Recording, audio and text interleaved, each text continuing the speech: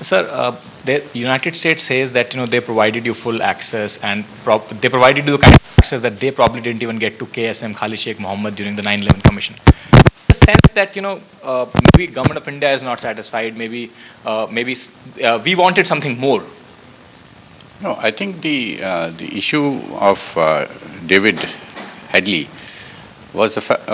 is primarily an issue of whether information about him, a specific name, could have been shared by the United States authorities to the government of India before 26/11. Immediately after 26/11. That is the reason why I had mentioned earlier that we were a little disappointed with the fact that the name of David Headley was not shared to us either pre 26/11 or after 26/11 when he subsequently came to India also. So maybe would say, and some in the intelligence community would say that he was a source for them, and that's why the sharing of the name was not possible. So I think it became kind of a tug of war between the two intelligence agencies of the two countries, and the fact that they wanted to use their source, not reveal full details to us.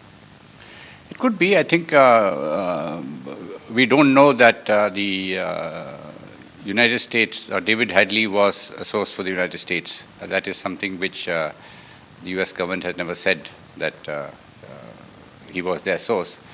As far as we are concerned, he was an LET man and was instrumental and had access to all the top functionaries of the LET as they were planning the attack on India.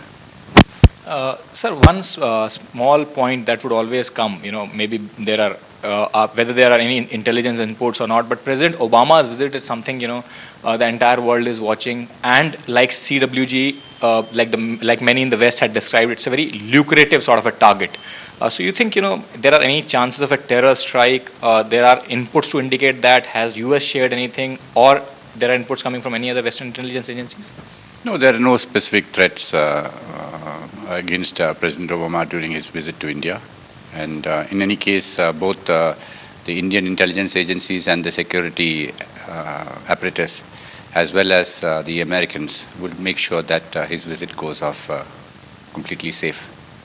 My final question is that any mechanism that you have in your mind which would ensure that no repeat of this kind, in the sense that gaps in the intelligence sharing, how probably they can be, the loopholes can be plugged? Well, the United States and India have concluded the counterterrorism security initiative. As a result of that, there would be far greater sharing of intelligence, also cooperation in matters relating to training of our forensic scientists and so on, and also the fact that we'll be able to, in many larger areas, many areas, there would be greater cooperation between India and the United States, and we look forward to that.